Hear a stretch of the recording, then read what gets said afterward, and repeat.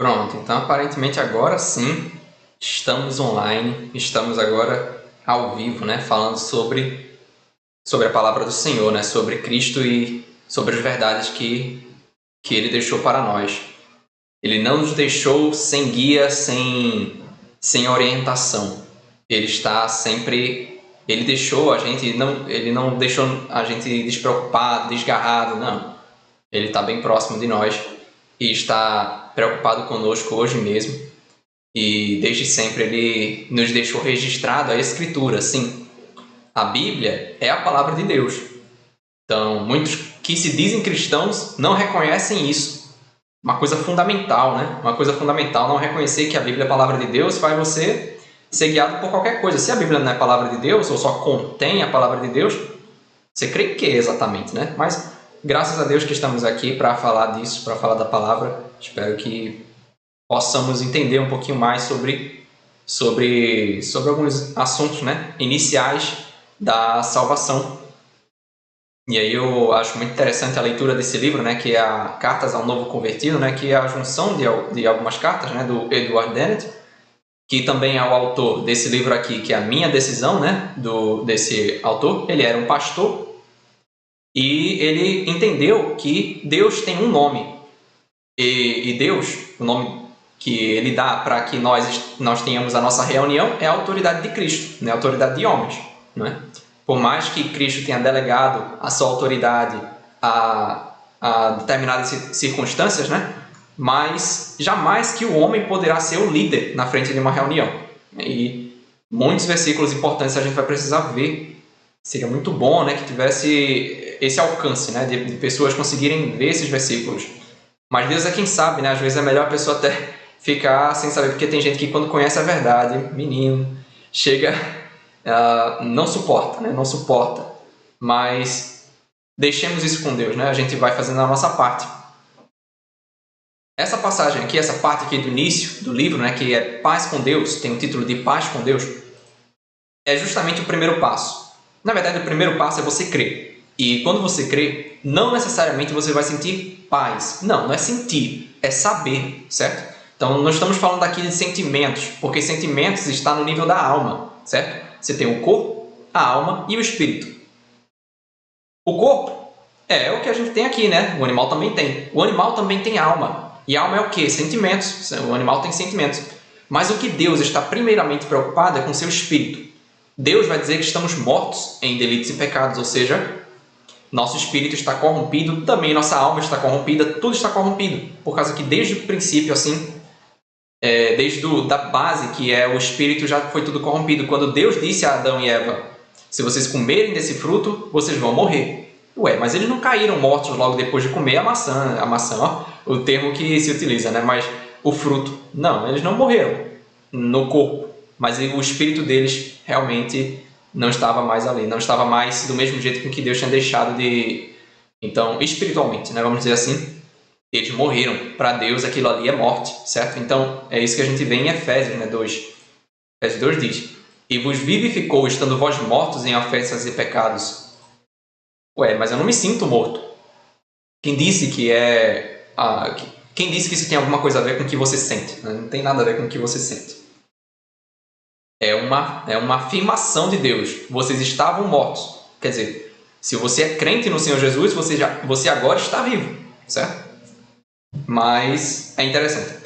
É interessante você crer nisso e não sentir. Não procure sentir essas coisas.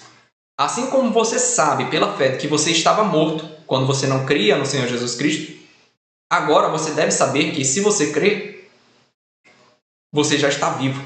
Não existe mais morte na sua... porque você foi concebido de Deus, certo? Por isso que Cristo vai falar, né?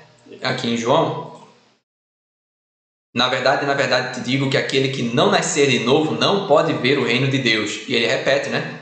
Na verdade te digo que aquele que não nascer da água e do Espírito não pode ver não pode entrar no reino de Deus. Ele não está dizendo assim, vocês precisam nascer de novo, façam isso, façam. Não. Ele está dizendo uma afirmação, assim como a gente estava vendo, né? É uma afirmação. Deus está afirmando, se não nascer de novo, não tem salvação, não tem. Mas ele não está colocando isso essa responsabilidade em cima do homem, porque quem é que pode fazer você nascer a si mesmo? Isso não existe, né? Quando você nasceu aqui, quando nós nascemos aqui, que tipo de esforço nós fizemos? Não teve esforço. A gente simplesmente nasceu, né? Por força de outros. É a mesma coisa com relação ao novo nascimento em Cristo, certo? Esse nascimento é graças a Deus vindo dele, né? Somente dele.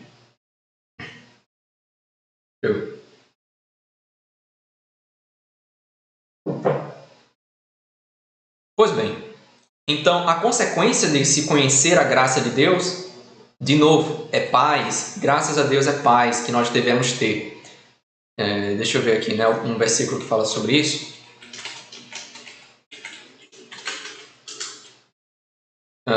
Filipenses 4:7, né?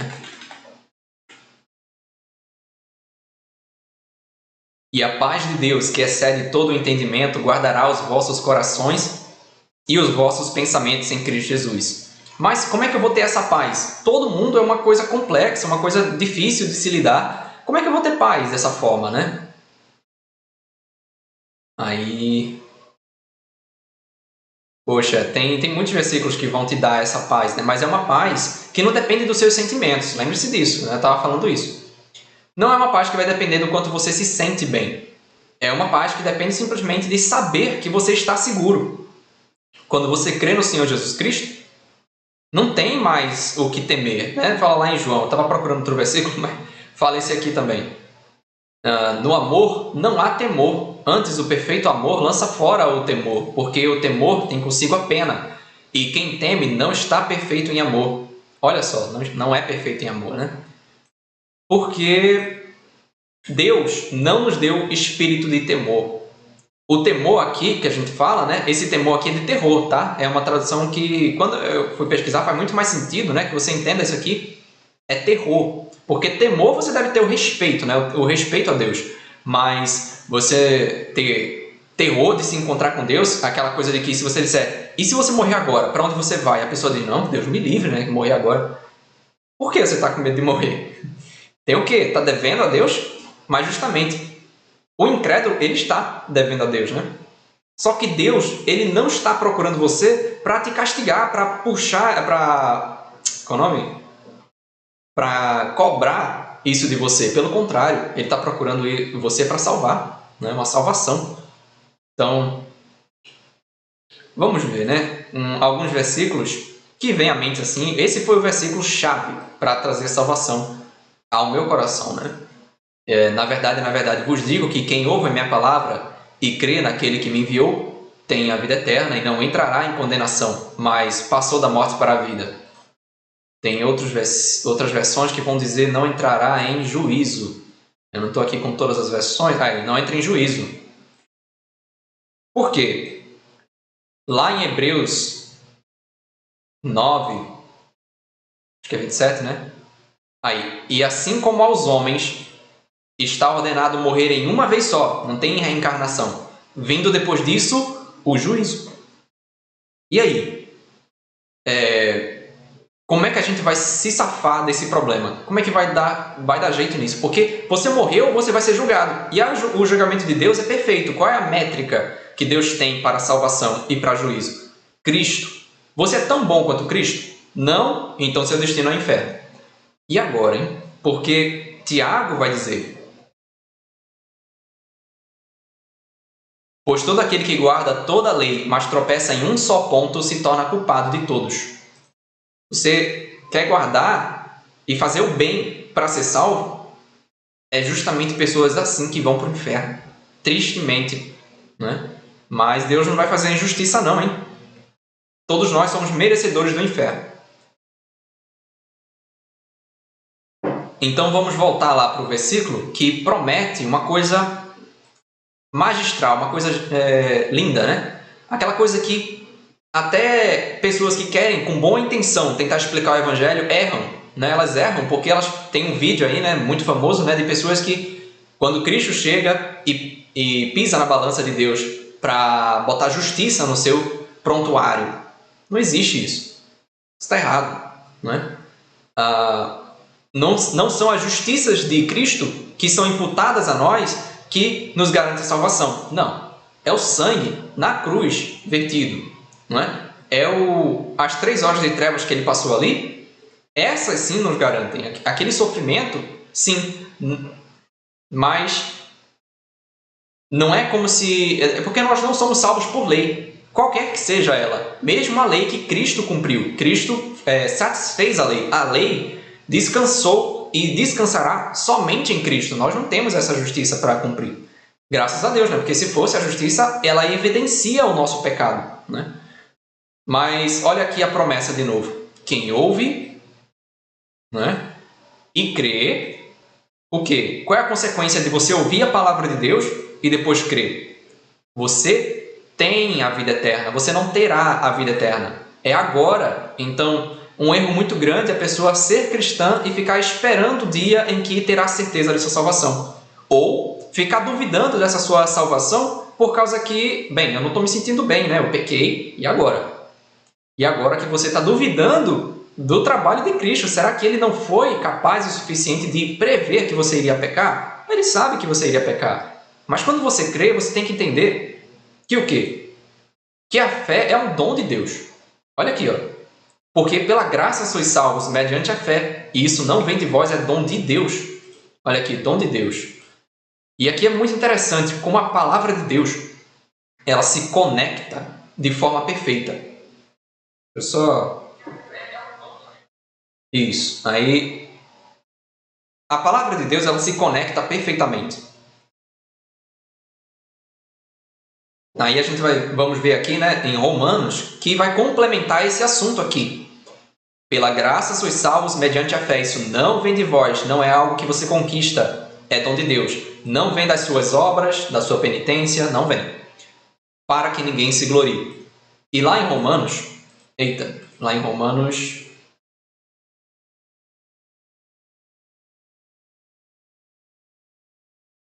Não, é 9 então.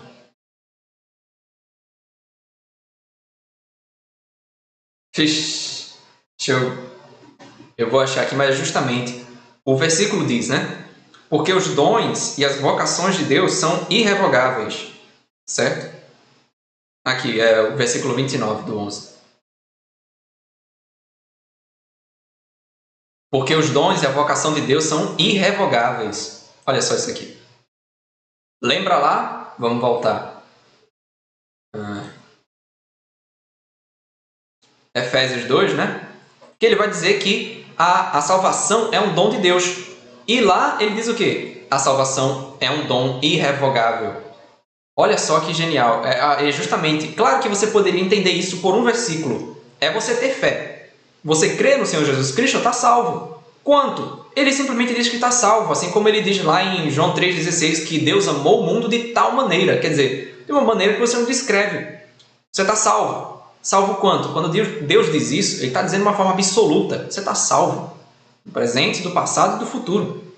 Então, qualquer pecado que você cometa agora, porque é depois de você crer, será que isso tira a sua salvação? Isso te deixa um pouquinho mais perto do inferno? Que loucura, não.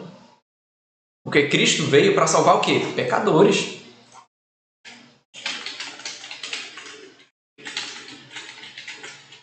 Exatamente, olha aqui, ó. 1 Timóteo 1,15.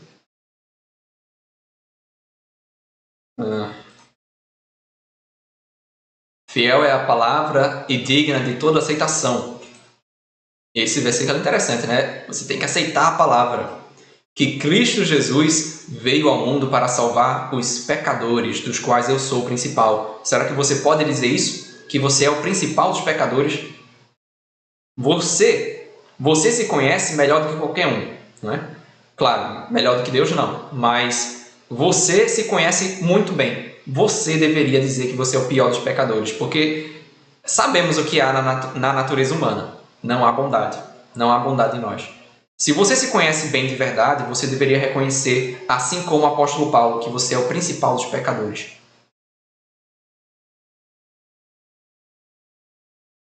A garganta está meio seca, mas vamos continuar.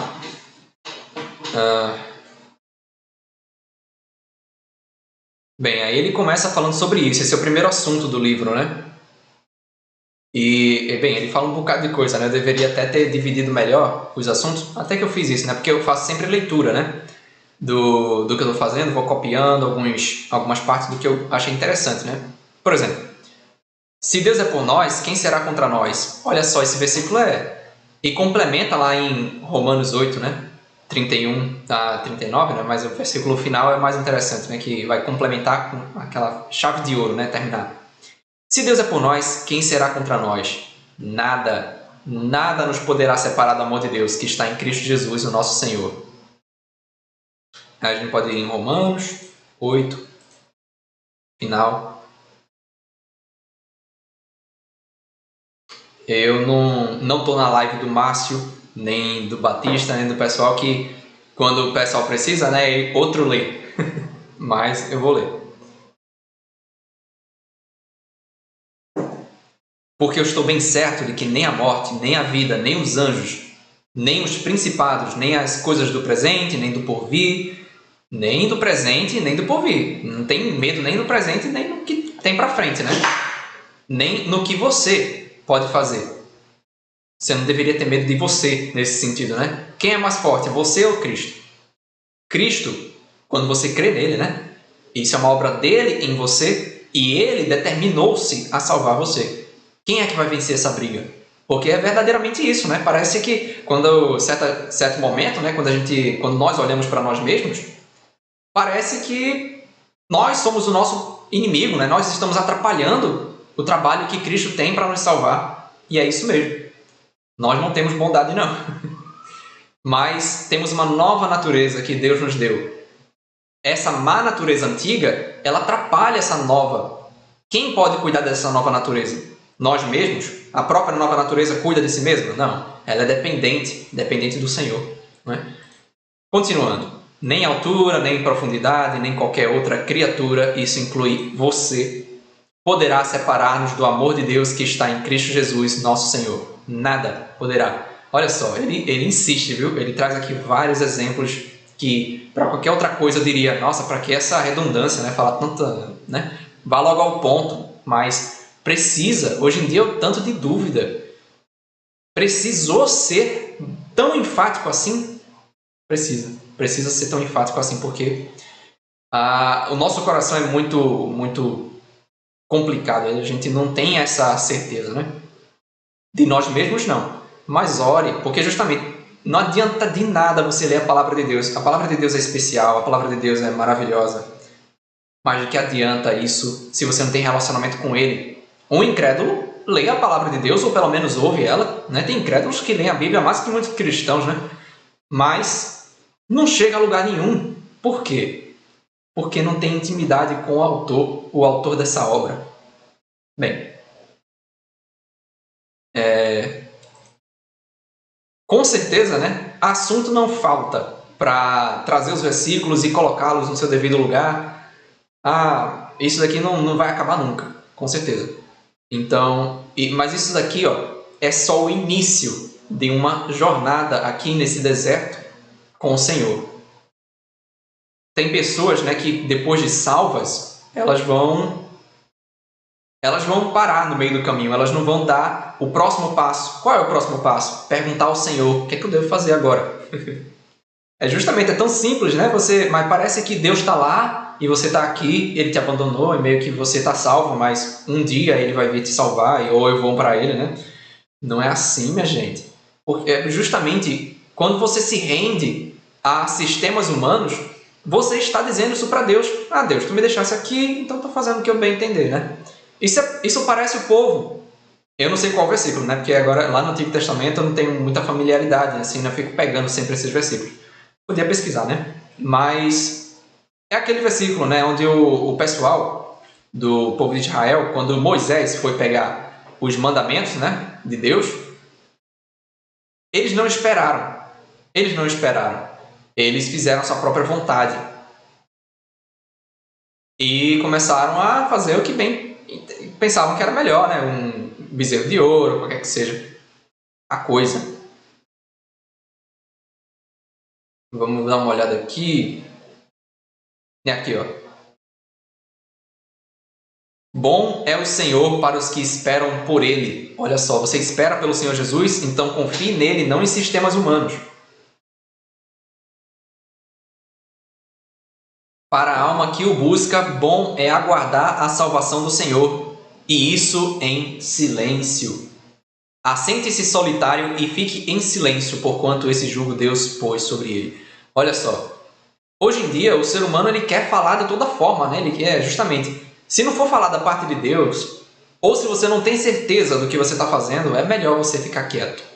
Você fica quieto, espera, não vai morrer ninguém por causa disso não, tá? Então é melhor, quando a gente não tem certeza de alguma coisa na Bíblia, que a gente fique calmo e espere no Senhor, que Ele nos revelará. Porque justamente aquilo que não é de fé é pecado. É um versículo que diz isso, né? Aquilo que não é de fé é pecado.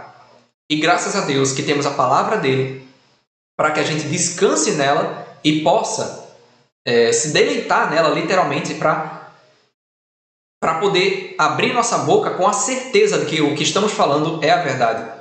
E estar próximos de Deus para reconhecer quando é que a nossa carne está tomando as rédeas, né? E aí ele nos avisa, ele nos corrige. E aí, justamente, você não precisa ter medo. Você não precisa ter medo de, será que minha própria carne pode ser meu inimigo e eu posso perder? Sim, você vai perder para sua carne. Você não tem que lutar contra ela. Você tem que fugir, né?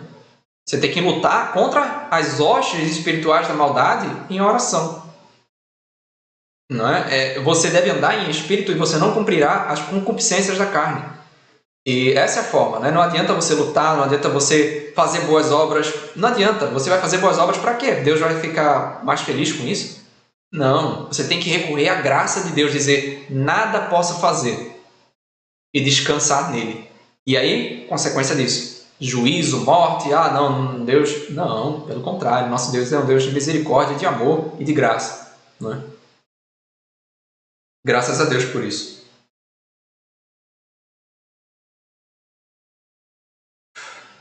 Poxa, o próximo passo, uma hora ou outra a gente vai falar sobre isso, né?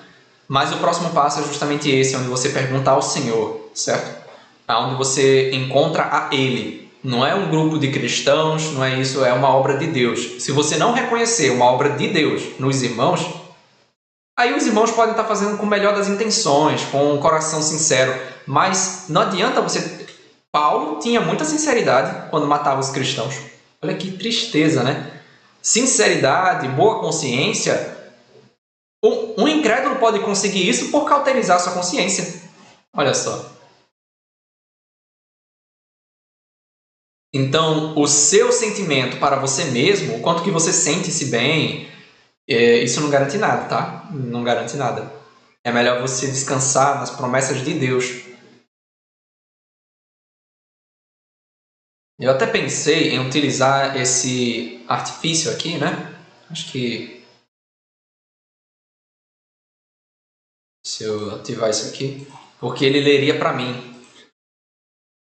Mas é melhor não. Vamos ver. Romanos 5:1, olha só, essa passagem é magnífica, né?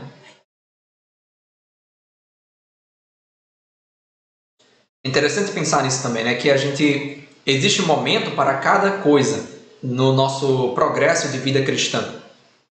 Quando a gente está com Cristo, né? Quando a gente vê as verdades da palavra de Deus, existe um momento para trazer conforto aos irmãos, certo? Então, quando você chega para uma pessoa que é nova convertida, você não vai chegar com certas verdades para ela, porque não é o momento. Por exemplo, as cartas de Paulo. Em certas cartas, ele omite certos assuntos. Ué, Paulo, que é isso? Você está omitindo a palavra de Deus? Isso é um pecado? Pelo contrário, isso é bom senso. É você entender, justamente uma coisa que vem de Deus, né? Esse bom senso de você entender qual é o momento certo. Qual é o momento certo para você entregar essas verdades. Quando eu já pensei um pouco sobre isso, vamos pensar. Se eu posto um vídeo no YouTube, quem vai fazer essa pessoa encontrar aquele vídeo, aí já não é minha responsabilidade. Não é Deus que vai estar lidando com essa pessoa. Eu não estou discutindo com ela, não é? Mas discussão não deve ser o foco do cristão, não deve ser... Isso é pecado, né, na verdade. Ou você aceita a palavra de Deus, ou não é minha responsabilidade de te convencer. Tá certo? Não é nossa responsabilidade fazer isso.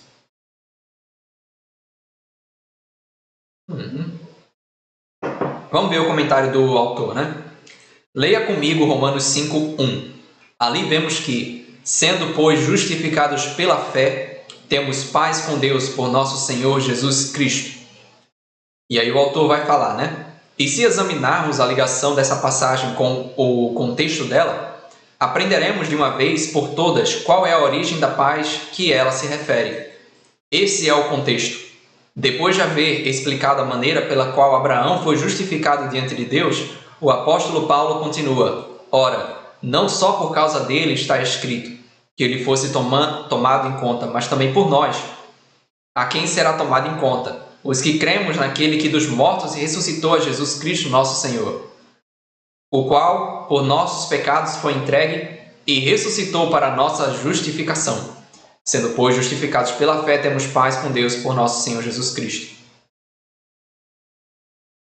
E aí ele conclui, né, essa ideia, dizendo que essa passagem deixa bem claro que o único fundamento de paz com Deus está na obra de Cristo.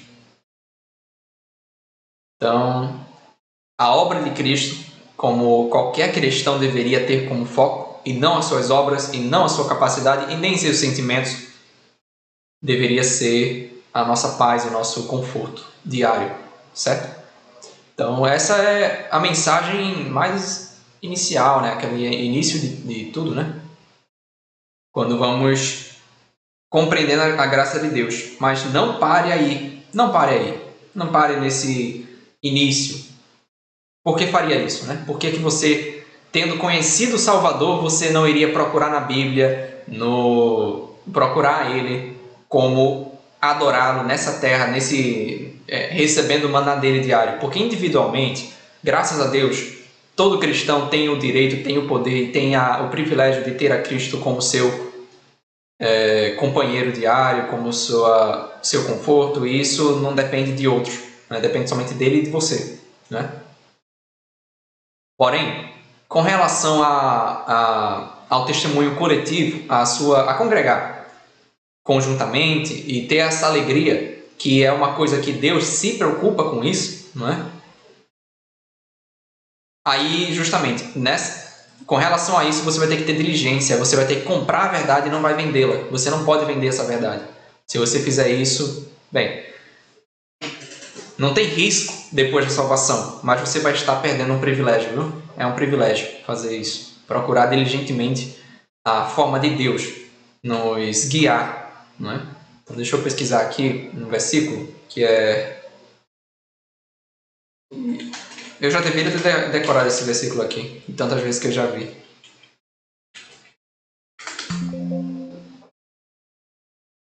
Aí está. Isso é bom e aceitável diante de Deus, o nosso Salvador. Olha só, lá no Antigo Testamento ele vai dizer: Deus, Jeová, né, é o único Salvador. Aí Jesus diz: eu sou o Salvador. Então Jesus é o quê? Jesus é Deus, o qual deseja que todos os homens sejam salvos e cheguem ao pleno conhecimento da verdade. Olha, são duas coisas, prioridades, né? Prioridade de Deus é que a pessoa seja salva, né? Não adianta nada a pessoa conhecer a verdade, mas sem ser salva. Deus não está pensando nisso, né? Ele não vai entregar essa verdade para o incrédulo, porque o incrédulo ele não tem vontade de andar nas coisas de Deus. É como se Deus dissesse: vou botar luz aqui para você. Aí ele diz: tá, legal, mas eu não vou andar não, tá? Não vou andar por aí. Ué, então por que Deus iria fazer isso? Deus não vai desperdiçar essa energia, não. Então, mas Deus está preocupado com a salvação do incrédulo. Por isso, não perca tempo discutindo. Traga somente a palavra de Deus. E se ele não aceitar, deixe com Deus isso aí. Então, depois da salvação, qual é o objetivo? Chegar ao pleno conhecimento da verdade.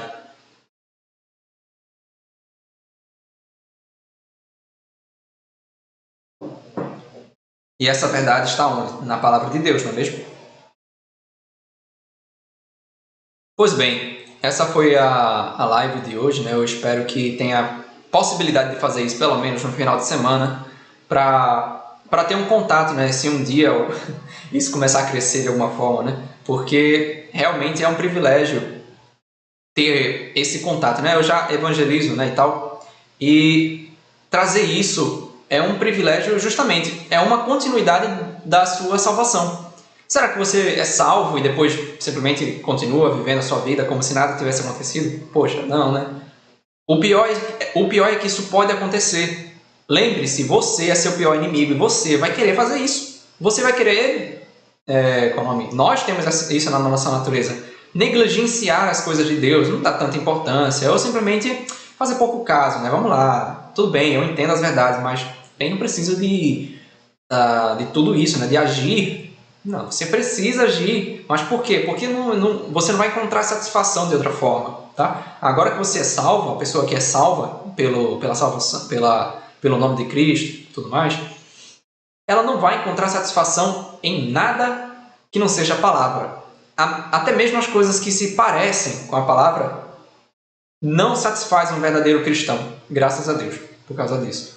Mas tem gente que é teimosa, nós somos teimosos, né? Graças a Deus, que às vezes ele dá um empurrão. E aí a gente vai começando nas coisas do Senhor. Então, tenha diligência, vale a pena. Não vale a pena para a carne, mas vale a pena para o seu novo eu no Senhor Jesus Cristo. Vale a pena porque Ele é digno. Essa é a chave, não é por causa de você. Porque Ele é digno, certo? Mas com certeza Ele cuida de nós, Ele sabe cuidar de nós. Pois bem, acho que por hoje é isso, certo? Então, que Deus proteja, que Deus guie e que vocês continuem aprendendo da palavra de Deus. Leiam esses livros aqui. Eu vou botar... Acho que eu já deveria ter colocado desde o início, né? Os links.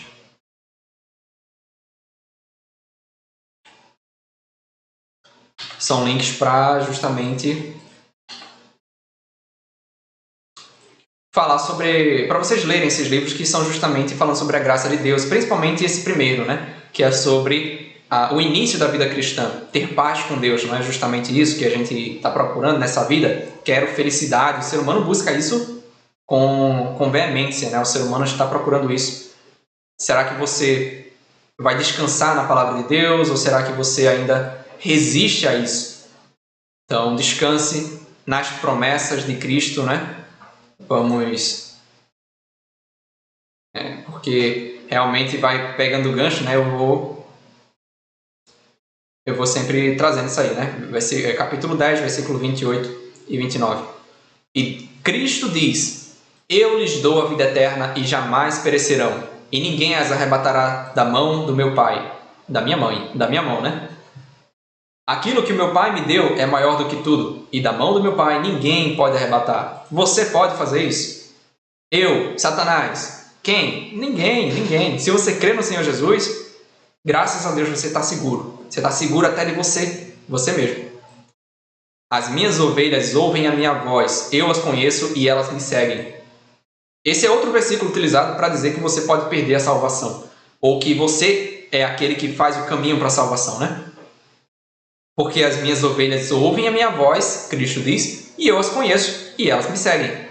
Ele não está dizendo, vocês precisam me seguir para serem salvos. Não, as ovelhas que já são dele, que ele já fez essas ovelhas dele pela fé no Senhor Jesus, elas ouvem a voz dele, é um fato. Não é uma condição, é um fato que elas seguem a Cristo. Graças a Deus, né?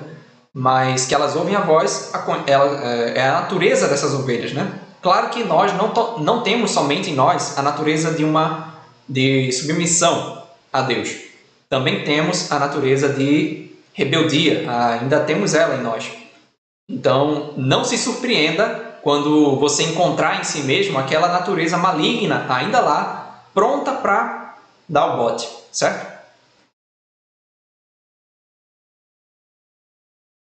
Não se surpreenda com isso e ignore isso. É verdade que temos ela ainda em nós, mas a solução que Deus nos dá é reconhecer ela como Deus vê. Como é que Deus vê essa natureza morta? Ela está morta.